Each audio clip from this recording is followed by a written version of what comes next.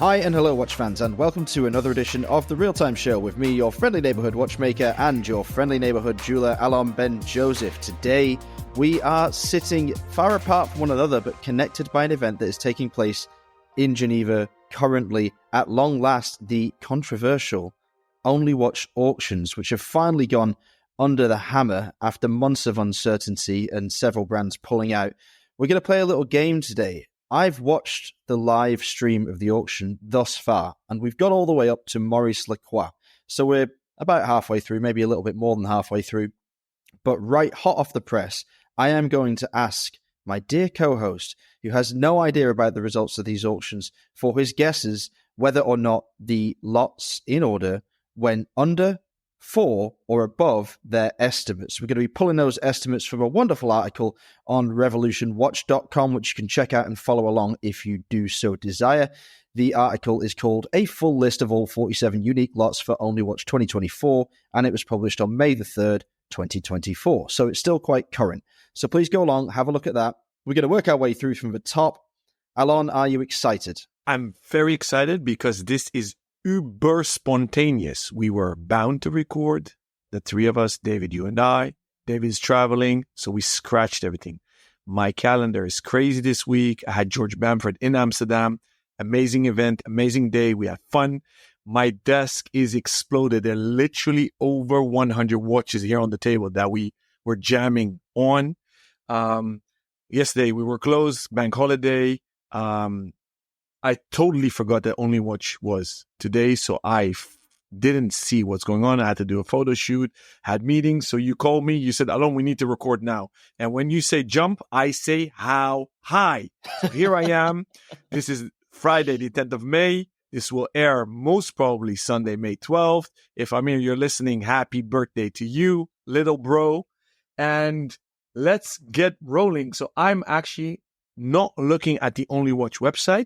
I'm looking at the article that Rob just mentioned. Before we start, Rob, I have to admit that I have no idea what OnlyWatch organization did to come back from the dead and rise like a phoenix out of the ashes. Did they clean up their corporate governance? What changed? Do you know? Not the inside story, no. From what I've heard, they managed to give good enough answers to the questions that were posed. Of course, it was a PR nightmare for the whole institution because it wasn't handled swiftly enough or transparently enough from the get-go, but I think they just about managed to satisfy the powers that be, and it's been able to progress as normal. Whether we will see a long future for the OnlyWatch concept or not, I do not know. It might return as always in 2 years' time, or it might come back in a little while longer, perhaps under a slightly different banner, because assuming everything is above board, which seems to be the case now, I think that it's a good thing for the industry. And it's certainly exciting to see what these amazing piece uniques go for, and how high should maybe be the tagline of this show, because I will not give too much away, but I was watching the early part of the auction and I did wonder, because of some of the results we were getting, whether OnlyWatch had brought in a few people to make sure that prices were at least getting close enough to the estimates for it to be a success. But then I've seen some catastrophic failures and some incredible successes since then. So I'm pretty sure that we've got a legitimate bunch of bidders out there wishing to get these watches on their wrist. But on that note, though, what did you hear was the feeling on the ground when we're in Geneva a couple of weeks ago, or almost a month ago now, or exactly a month ago? God, time flies, at Watches and Wonders. I was talking to some people, and very many people were concerned that there was going to be, shall we say, some sort of conspiracy going on in the background, that the collectors would somehow coalesce and refuse to bid high on these pieces. I poo-pooed it, thinking there's no way you could get that kind of agreement around the world. People are going to want these piece uniques. But what did you hear and what did you think? I honestly have not heard a thing. I did not have the words OnlyWatch cross my lips or enter my ears at all at these days that I were there before or after. I am happy. So my 2 cents, I am happy that it is there. It's happening as we speak. Now, obviously they lost momentum, and that's a wrong phrasing. They got hit by a lot of PR damage. And I'm happy that they didn't die and perish, and that they're here. They're back, alive and kicking. I think they're auctioning off 47 pieces today. Did we lose a few lots since? Because I think there were 50 plus. And the only one I remember pulling out hardcore was Audemars Piguet, if I'm not mistaken. Can you shed a light on that, Rob? Yeah, you're absolutely right. Several brands did drop out, and AP was probably the headliner. I haven't got a list of all the ones that haven't made it to the auction, but quite a few, well, yeah, close to 10, I think, were concerned about the reputational fallout of the event and decided to step away from it. Some brands have chosen to auction those pieces privately. Some are deciding to keep them in-house for another occasion in the future, but we shall see what comes off the pieces that never made it under the hammer. We're going to start now. Alphabetical order as the auction is arranged, so there's no bias there. With Angelus. Now, we're not going to spend too long describing each watch because I think we did that on a previous episode, but you will have the images in front of you. We'll give a brief rundown of what we're looking at. It's a rose gold chronograph in this case with a dial made from freeze-dried wine lees sourced from the Chateau Angelus 2022 vintage. So this is a wine dial, effectively. Lovely colorway, reminiscent of the old Fratello Oris big crown special edition that we did in 2020, I think, or 2021 maybe. That was a slightly different price point because this one is estimated to go for between 50,000 and 60,000 Swiss francs. Now, Angelus, a brand we both love. Alon, how do you think this one performed under the hammer? Under, on, or over? To shotgun answer your question, under. I will elaborate why, because I want to do a quick intro to how I'm voting. I believe that the market has cooled down already at the end of 23. So that affects my guessing game today. You lost that star dust that Only Watch had because of this corporate governance debacle. So that influences pricing.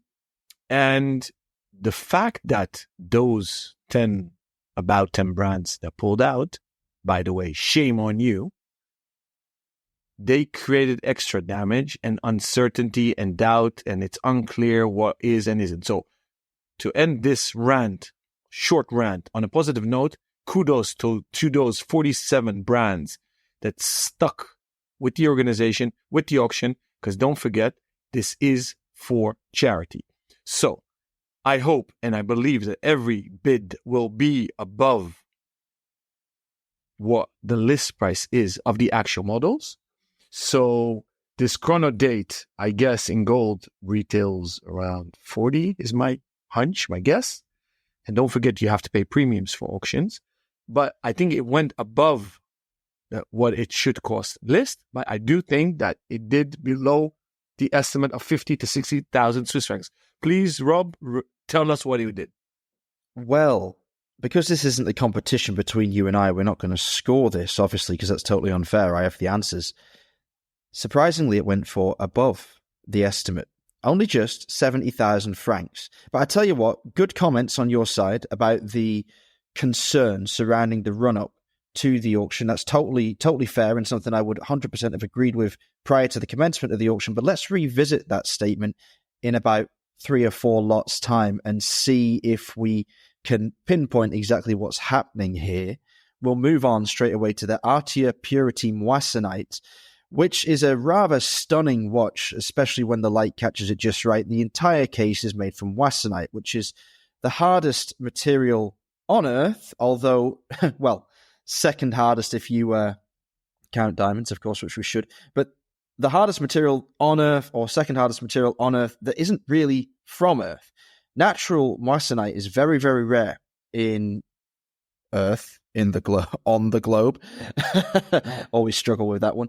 And it was originally discovered, I believe, in a meteor crater, and it was an extraterrestrial mineral with incredible fire. You'll know all about it. Of course, Alon, as a jeweler, know a lot more about it than I do, but from my understanding, the vast majority of moissanite that we see on the market is lab-grown, and it is prioritized for its incredible performance under light. What Artia has done here is cut an entire case from the stuff. It's an incredible looking thing, and it was estimated to go under the hammer between 40 and 50,000 Swiss francs. So although all these pieces here are piece uniques, this is a unique piece, if you know what I'm saying. What do you think about this one? I am almost confident it went over, and I hope it went over because this is amazing.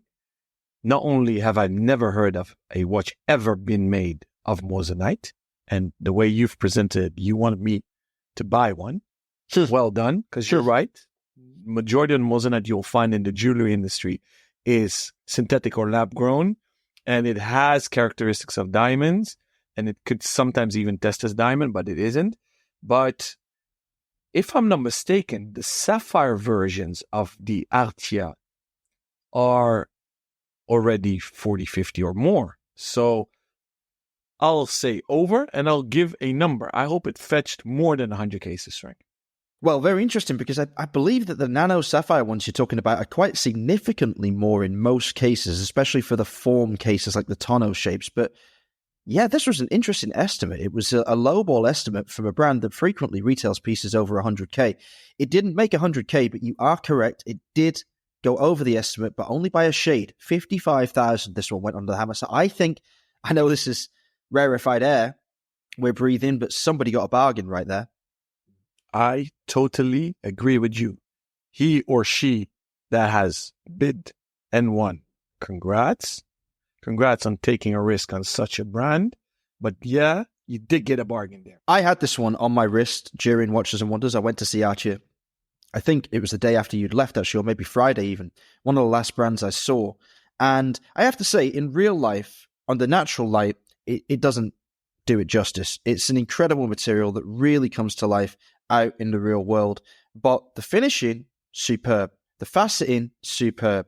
Considering the rest of the catalogue, absolutely stunning price for this piece, but it beat its estimate, because from a perception perspective, that's what all brands want. Moving on to one which is not a brand on the tip of everybody's tongue, but perhaps will be after this auction, Atelier de Chronometrie ADC30 for Only Watch.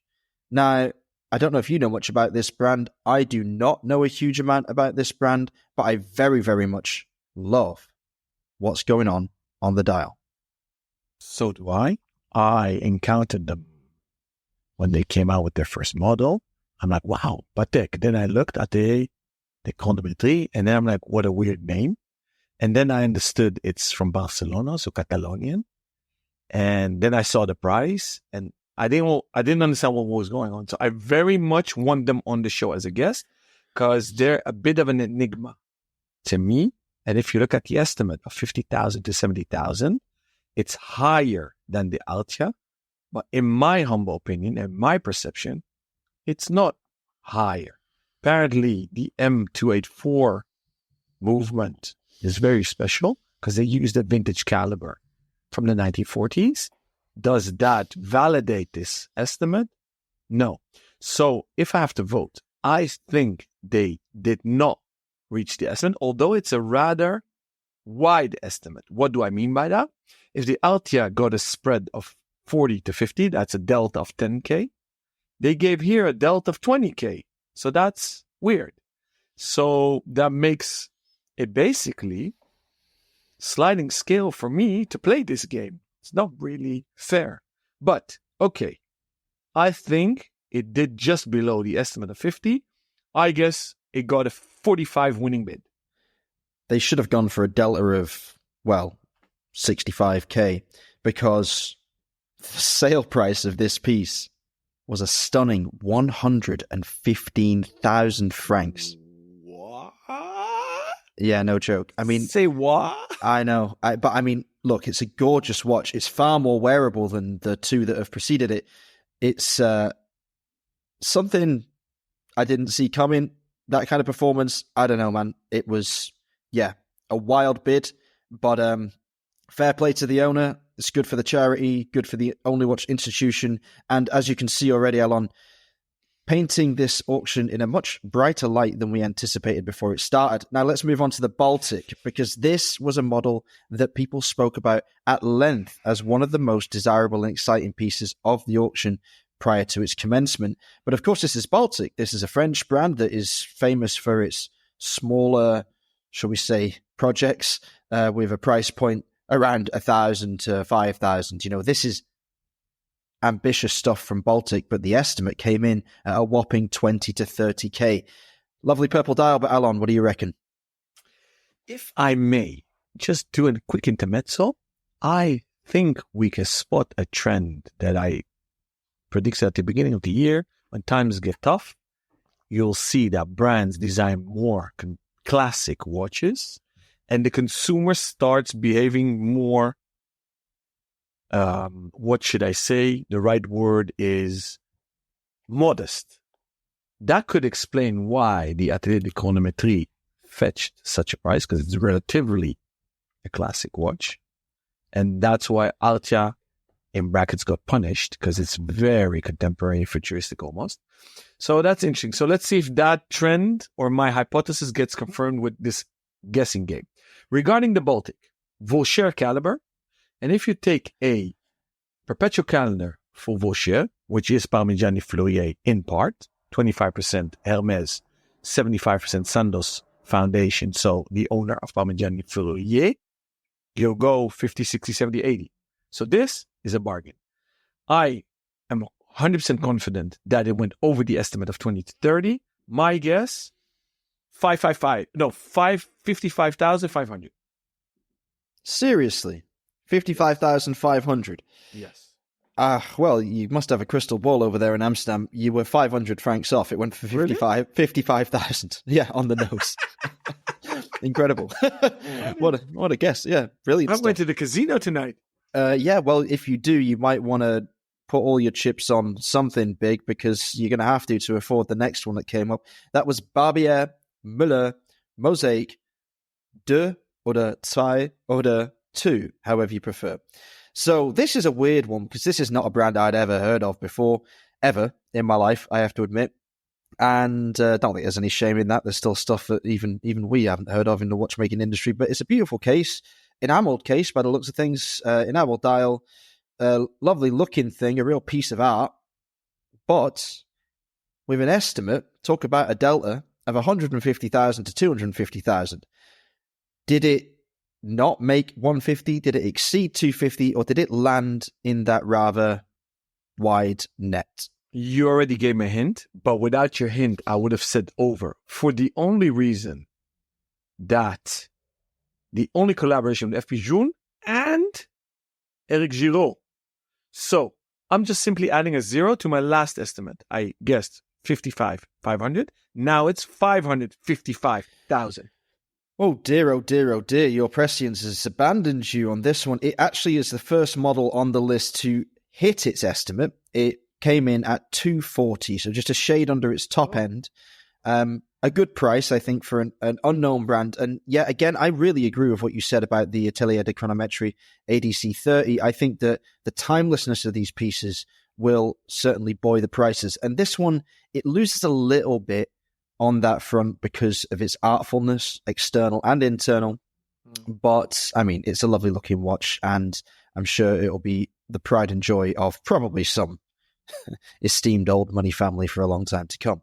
Moving on to probably the most different watch to also incorporate external colored elements, and that's the Bell & Ross BR03 Cyber Rainbow, which lives up to its name in every sense of the word. This is a wild thing. Beautiful, not in the least bit demure. Has an estimate of 45 to 55k. Did it drop below? Did it hit its estimate, or did it exceed expectations, Alon? Literally, by chance, by squeezing out and the hard work of the auctioneer, they just reached 45. So just the beginning of the estimate. That's my guess. So you are correct that they made the estimate. You're on the wrong end of it, though. They were 55k on the nose. So very good, because you didn't have much wiggle room there. And this is a bit of a tough one to predict because, yeah, it could have missed, but probably not by much. And it could have exceeded, but again, probably not by much. Good estimate from the auction house. 55k was the amount paid for this Bell & Ross. It's a nice one. I mean, it's a good one. Yeah, it stands out. Both to the owner and the brand and the organization, because it's a cool watch. And really, let's give props to Bell & Ross here at this point for being the first of, well, maybe you could say Archie did it as well very nicely with the Moissanite, but the first one to really embrace the rainbow theme which was the theme of the show. So really well done. Now to a piece that completely ignored the theme because it's a Swatch Group model, obviously. Blancpain 50 Fathoms, piece unique, only watch. They don't give a crap, do they? But what we have here is a bog standard Blancpain with a blue dial and blue bezel. It's a unique variation of the Act 1 model, which was part of the 70th celebration, 70th anniversary celebration, so to say, of Blancpain or the 50 Fathoms this year. So, didn't I get a lot of compliments in the TRTS network on having a rant? Yeah. How much I thought Blancpain should be ashamed. Yeah, you did. That was this watch, wasn't it? It's the most impassioned rant about an extremely passionless watch I've ever seen in my life. But yeah, I loved it. You were on point. It's just, come on. I mean, it's a lovely watch, great one. Would love to own it, but it's lazy as hell when it comes to this. They could have done so much with the 50 Fathoms. They could have just ripped off Breitling's Super Ocean, what's it called, 57? You know, the special edition they did with the rainbow markers on the dial. Come on. Okay, all right. So guys, let's get with it. This is what material is this? Steel? Yeah, I think so. Yeah. So that's why I said shame on them, because if I recollect correctly, I said they needed to donate at least a perpetual calendar, tourbillon, minute repeating gun complication, something. So I called them stingy fucks. So don't hold back. I hope. No, wait. This. So retail for this watch, probably is 17? Yeah. So the estimate is 2030. So obviously this went above. Why? Because it's one of the cheapest watches in this auction. Stingy fucks. So what you'll see is that these low ticket lots always surpass their estimates, because you have this flexing thing going on in the collector's world. Who doesn't want he or she to flex, to say, hey, I obtained an only watch, right?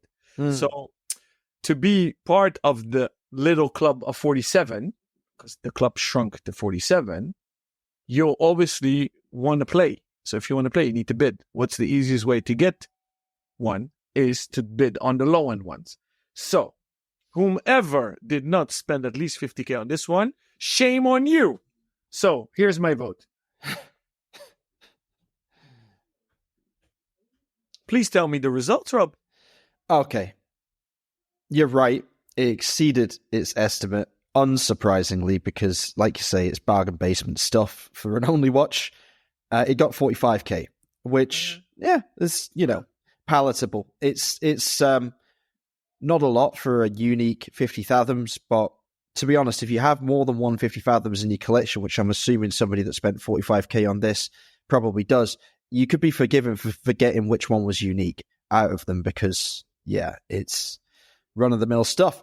Okay, now... It would be funny, just something popped into my mind. It would be funny if somebody bought it, said, I don't care about Blancpain, goes to his kid, or her kid, and says, hey, here's a new... Oh, no. 50 Fathoms, and they take off the Swatch Blancpain. Swap it. You can swap it for that. That would be funny, though. The black one. Oh, what's it called? Ocean of Sorrow, or what's it called? Ocean of Storms, not Ocean of Sorrow. That should be the nickname for this one, Ocean of Sorrow. Crikey. All right, okay. I'd swap it for the 450 euro one myself, to be honest. It's got more character. All right, moving on to the Bovet Orbis Mundi, a striking watch, arguably the most striking for its vivid neon pink dial. Typical traits of Bovet, there's a lot going on. And the question is, were there a lot of people interested in all that was going on? Estimate 52 to 65. And this has got an interesting little caveat or story attached to it, should I say. So go ahead and make your guess.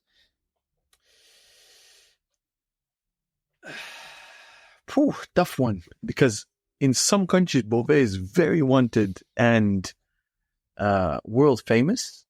We can't say that they spoke to only women, because we've seen pink dials by two different men. We see now everybody was a fan of Messi, Beckham, or FC Miami wearing pink shirts today. So this is definitely not for ladies only. But my guess, it did went to a female wrist. it just hit his estimate. Probably 65 or 63 or something. Which, by the way, is a weird entrance estimate of 52. Why is it not 50 to 65?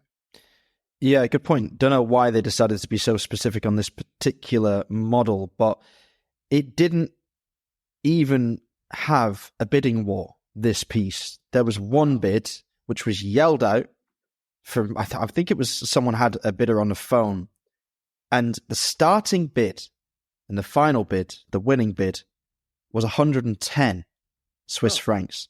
So, in fairness to the person that overpaid possibly for this piece, it's for charity. And if you've got money burning a hole in your pocket, this is the one place to overpay, I guess. But what a wild bid. I mean, he could have started at 65, top end of the estimate, and he or she probably would have walked away with it. But 110. Well, kudos to that bidder. Yeah. And it shows elegance, and probably that's the budget they had, and they burned it all. Kudos to them. Congrats, Beauvais, because the watch deserves it. And I have a question for you. I would be actually surprised if any opening bid was less than, let's say, what retail should bid and or the lower end of estimates. Yeah, Did that happen? From what I saw, the vast majority of opening bids were on the book. So the auctioneer has his book open and he has some taken, and nearly every, not everyone made the lower end of the estimate on the opening bid, because some of the lower end of the estimates are very, very high, as we'll see later down the list. And also, a lot of these pieces are unique, so there is no retail corollary. Some pieces are so wild, like there's just absolutely no way of guessing where they're going to go. This is, interesting strategy by whoever it was that made that bid straight out of the gate, but it worked. Maybe it just put people off. Maybe there were some people that would have sort of mulled over bidding around 80, 85 and might have sort of stretched themselves if they found themselves in a bidding war to more than 110. But whatever it was, I think it was a statement of intent that resulted in exactly what the bidder wanted. So fair play to them. Moving on to a very difficult one to guess, I think. Breguet Marine Horamundi 5555. It's a rose gold sort of electric blue dial version of the Horamundi with red accents on the dial. So a very striking, gaudy piece from a brand best known for its subdued, timeless classics. Estimate 70,000 to 80,000 Swiss francs. Good luck. You didn't kick in the open door. Do I think that Breguet are stingy fucks as well? I'm not encouraging this wild child that seems to have joined me on the podcast today, but by all means, go ahead. The mic is yours. Are they stingy folks? At least it's double of the value of Blancpain. But come on. If it is gold. Yeah, and you're the king of tourbillons, at least donate a tourbillon and at least make a bit of effort, because that's what I also said in the previous recording. It's an only watch. Guys, the theme for this year was rainbow, wasn't it? Colorful. Yeah, well, they've got two of the colors. Why a blue Breguet? Anyways, because it's a Breguet, it did go over. In the good old days, they would have gotten a $250,000. I think they just hit 100. Not quite. I'm afraid this one landed plumb in the middle of its estimate at 75k. So a good price for whoever bought it. Although whether or not you'd want to wear this watch regardless, I don't know. That's up to you. You know what? I would be ashamed being Breguet. I would be pissed off if I was Hayek. And you know what? I'm not for market making. And with me, it's always what you see is what you get. I would have pulled an Omega and start bidding myself on this lot. I would be ashamed. Well, there might have been a bit of that. To be honest, at this point in the auction, I was thinking, is that happening? Because we've seen now no watch failed to reach its estimate thus far. And so we move ahead. But you know what? It's interesting what you raised now, Rob. This is a very interesting topic because I respectfully disagree with you, because if that was the case, they would have 100% pushed it over the 100. So Breguet didn't do it, because if they were doing it, what do they care? 20k more or 30k more? You understand? Yeah, well, so this is something that the marketeer should be very worried about at Breguet, because it shows that either the brand doesn't carry ugly watches, because this is not a beautiful design, and two, or they simply don't want this watch. So there's something going on here. This is not okay. Yeah, no, Especially if Beauvais kicks your ass. yeah, that's a bit of a striking one. There were a couple of back-to-backs that really shone a light on how good or how bad the performance of each subsequent watch was. I don't think that we're disagreeing on this fact. I was at this point wondering if that were the case up until this point. And also, like I say, we're moving on now to, I think, maybe my favorite. I can't remember. I think, actually, no, the Singer and Genus collab was my favorite in the end from the Only Watch auction. And the Bulgari Octo Finissimo Tourbillon Marble was a close second. Now, this one is obviously from one of the hottest brands at the moment, working with one of the hottest platforms going with the Octo Finissimo. Its estimate is 150 to 250,000. So again, a wide catchment area there. Did it make it? Did it not? Or did it exceed it, Alon? Exceed? And in the... Let's say if the auction was in September 23, it would have fetched $500,000 easily. Before the debacle, the train wreck of corporate governance at Only Watch, it probably would have gotten 350. I think they just surpassed 250. Well, this was a really interesting one to watch pan out, because during the bidding, it stalled at about 95,000 for ages. And it was clearly being worked on by the auctioneer. He was doing his damnedest to get it up to a decent amount, because obviously that is not a price that Bulgari would have been satisfied with. And it would have been a bit of a shock for one of the greats, the modern greats, to experience such a crushing performance on this platform. However, somehow the bid kicked back into life, and there was a lot of back and forth, and it ultimately made its estimate, but it did not go as far as any of us expected. It tapped out at 190,000 francs, which is a good price for this piece.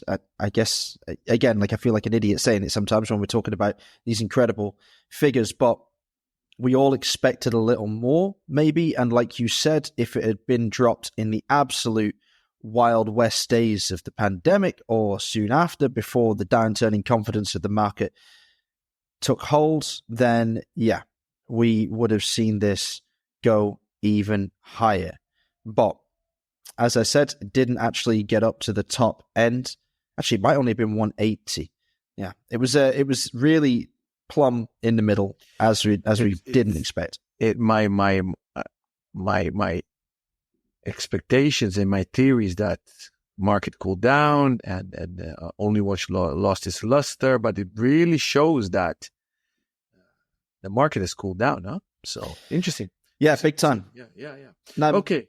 Moving on to my third watch you favorite. Yeah, the watch I love that everybody laughed at me for. It's actually a pair of watches, which I think is pretty cool. That's rare. It does shirk the rainbow theme entirely, which is a real shame, because they could have done something with the bezels, a little bit more colorful than they did. It would have worked perfectly with the monochromatic palette. The Chanel Mademoiselle J12 La Posa Only Watch offered to designers, its estimate was 40 to 50K. Was I right to pick this as a potential success, or was I talking out of my backside as usual? No, I think they made 1 or 2, 3 limiteds like this before. I think they did well. I've spoken to people working at Chanel, retailers that actually sell Chanel, so multi-brand retailers that sell Chanel watches, and they do well. I've never seen a man yet to wear one of these dancing cocos, I call them. So it's I call it Genta-inspired dolls with the dancing hands, right? Yeah. This is not this isn't a retrograde. If the estimate is 40 to 50 for 2 watches, retail, they should not cost more than 40 to get there. Even less. Oh, much less. Yeah. I mean, in the days before, I would have not even doubted if it reached its estimate, and definitely would have surpassed. I think it stopped at 35. It actually achieved 65 for the pair. So I feel vindicated somewhat, although I must admit it wouldn't have surprised me if it had gone a little further. I mean, what was obvious about the auction, and this is obviously not a hot take, but when you had a couple of people that desperately wanted to watch, it could just take off like you wouldn't believe. There were some bids that were just back and forth, back and forth, back and forth, back and forth. This one was similar to that, but to be fair, obviously there is a ceiling, I think, for watches like this, of this nature, that have a pretty low retail. You know, you could probably buy 2 of the regular J12s in this style for, less than 25k, I think. Yeah. So it achieved a good price. It immediately sparks 2 thoughts in my mind. One, congrats to the owners and Chanel. And comparing this to Breguet, this shows star power of a brand. This estimate has been reached because people want Chanel. And Breguet seems on the low, so maybe that's the next collab we'll see with Swatch indeed, because that's what everybody's speculating about. Now, what I'm shocked about is, forget the fact that the market has cooled down for watches. We should not forget this is a charity auction. And it actually surprises me that people are not willing to bid at least double of retail, right? So you would have bought these watches at retail, you would have had a good deal. But donations are tax deductible. And it actually shocks me that it's all happening up until now. So either means money has been vaporized in the world, there's simply less to spend. B, people are simply afraid. There's a lot going on in the world, wars, major elections coming. So that could be a fact that people are sitting. And 3, C, only watch simply lost their momentum. Probably those bidders that initially wanted to participate didn't have it on their radar. I forgot it was today. And I am almost every day on Insta. And my feed is full of watches. So that also says something. All right. A brand we both love very much and is very dear to you, Rob. So let's get going. Oh, just before we touch on Chapek, I think one of the things that this lot had going for it was the fact that it was his and hers, or his and his, or hers and hers collection. You know, I can imagine that really added a lot of strength to it as a lot, because it's all well and good popping out to the auction, you know, after you've had your breakfast and walked the dog, and then picking up a watch for 1 million francs and going home and having to explain that to your partner. But at least if you can go back with another one for him or her or they, then the buyer at least has a bit of a get out. And I think that really matters. And Chanel's an it brand. You know, it's not just for watchmakers, not just for watch lovers. It's for fans of fashion as well. And this is a great piece. So talking of a brand that is very much for watch lovers, yes, Chapek, one of our favorites, Chapek Genève, Place Vendôme, Complicité, Courage Every Second, which the auctioneer amusingly commented on and said, yeah, we need that at Only Watch, which I thought was a bit, pleasingly self-reflective, shall we say, but yeah, probably not on the teleprompter. Now, this is a watch that a couple of years ago would have absolutely skyrocketed, I'm sure, but with an estimate of 80 to 100,000, I must admit, I had my heart in my mouth, hoping for Xavier and the team that it would take off. But did it? Did it make the estimate, or did it exceed it, or did it fall short of that lower end 80 grand pick? We don't only love Xavier and their teams, but also Bernard Lederer and his wife Eva. And therefore, I really hope that it's surpassed.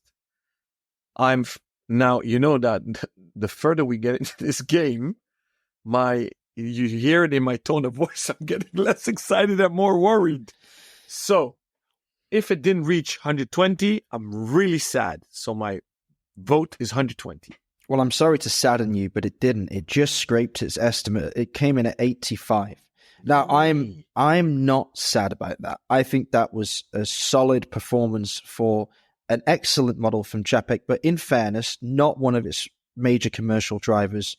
A piece that was welcome because it added some extremely interesting dial work to the collection, but it's just not as, shall we say, wearable as something like an Antarctique. And with such a rush of excellent releases, retailing around 55k with the Mount Erebus from Watches and Wonders, it's a tough one, right?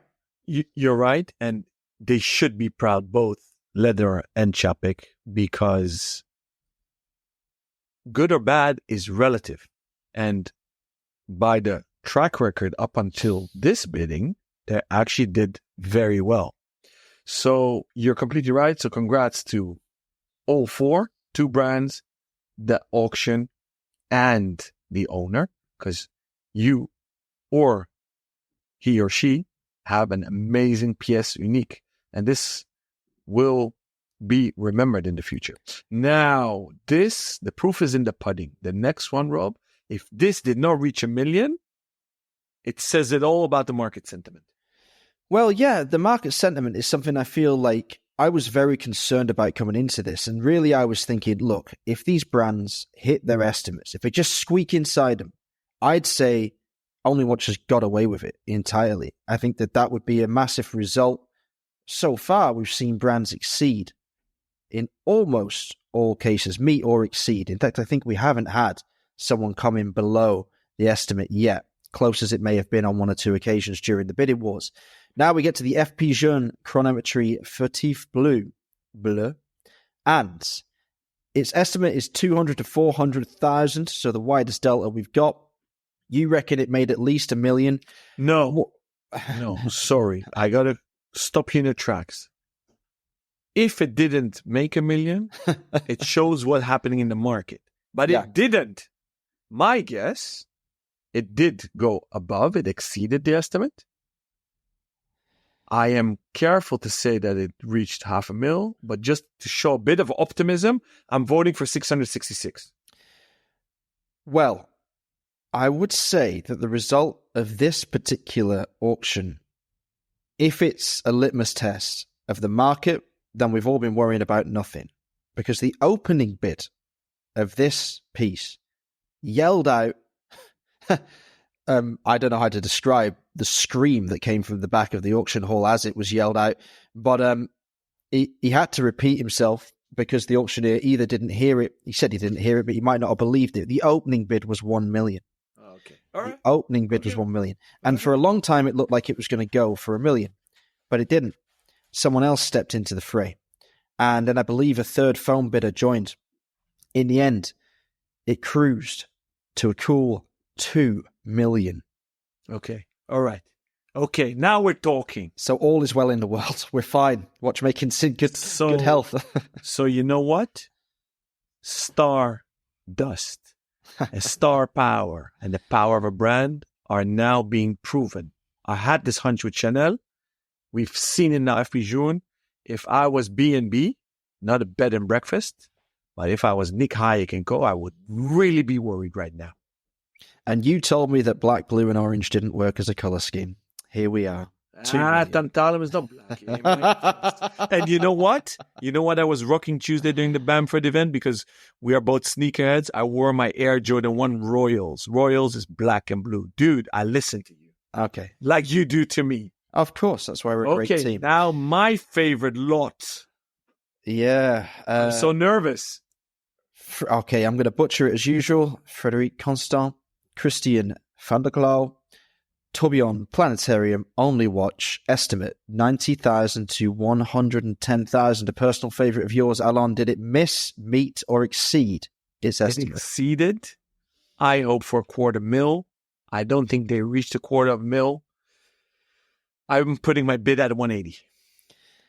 I don't know how to tell you this. You're going to devastate me. You're going to break my heart. I'm going to hang up after this one. Please don't, because we're having a lovely time. And I hope the listeners are enjoying it also. But this was the first lot to not make its estimate. It came in at 85,000 Swiss francs.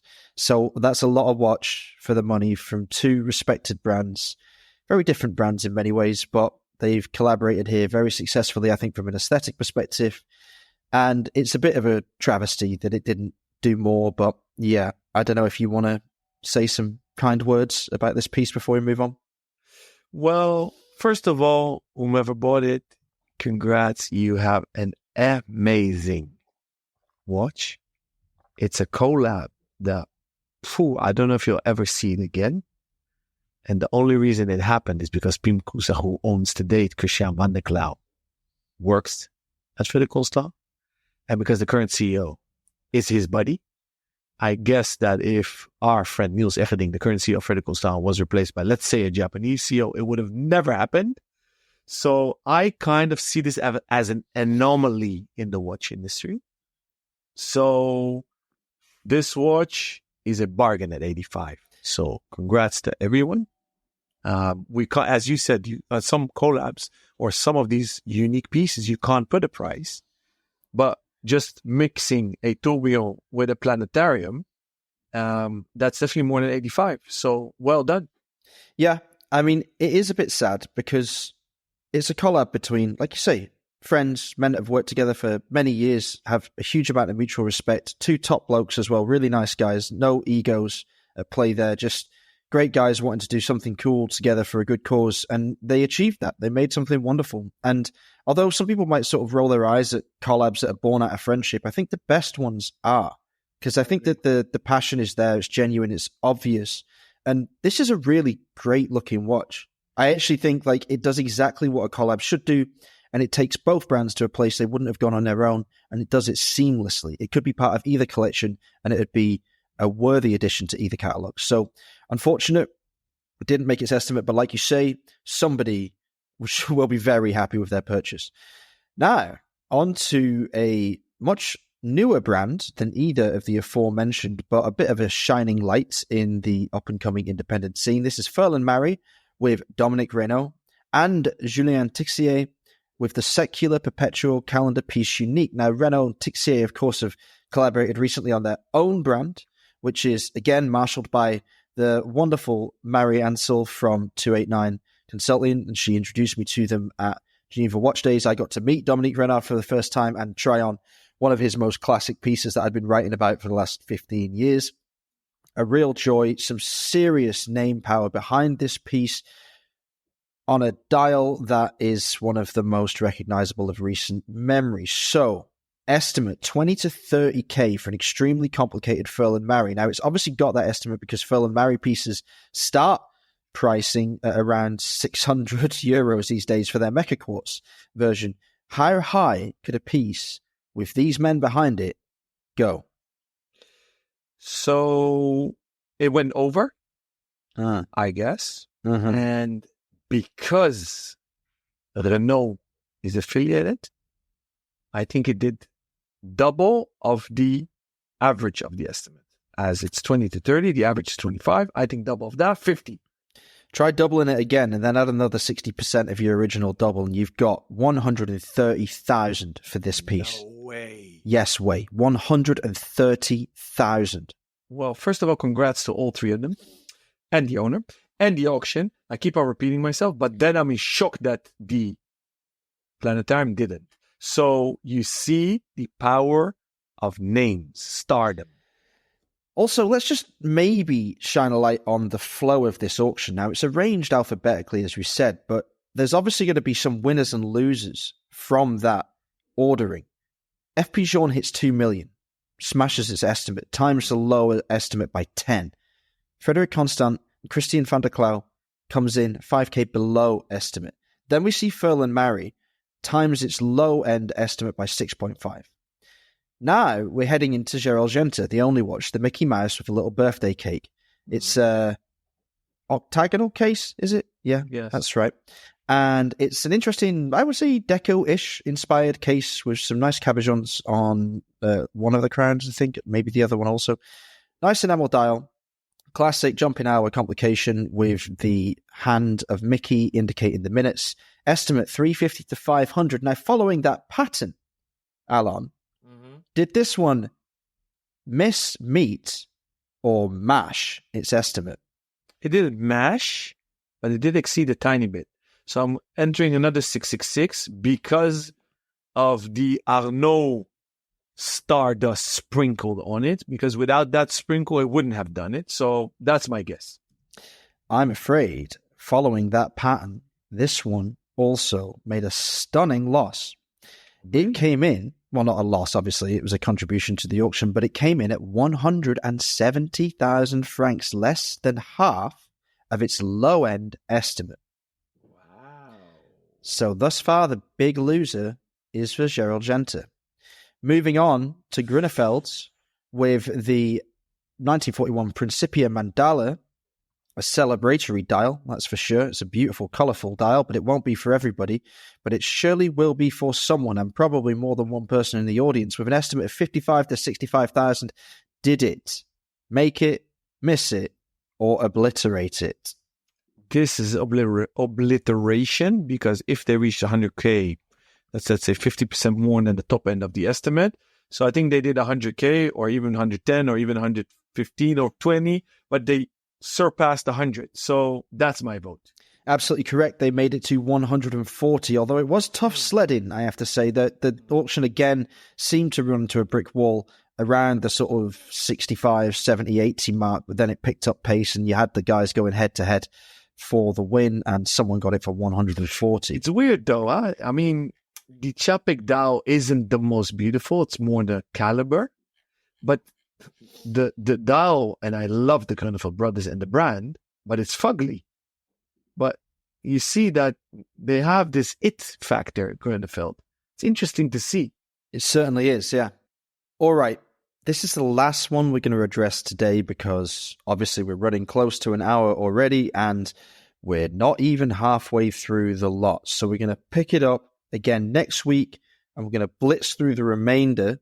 Alon is not going to check out the results in the meantime, so he can still guess for us, because it's obviously a lot of fun. Certainly for me, it's fascinating research, if nothing else.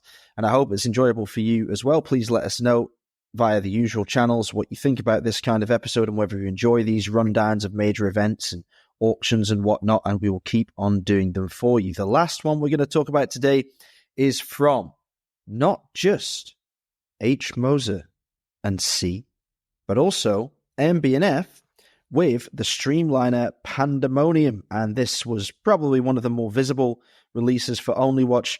We've got a really cute MB&F style Panda Bear DJing, by the looks of things, on the striking hammers of this incredible teal dials Streamliner.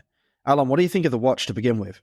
So I actually think about this watch almost every day, because during Geneva Watch Days, they handed out these pandas to us journalists as thank yous for visiting them.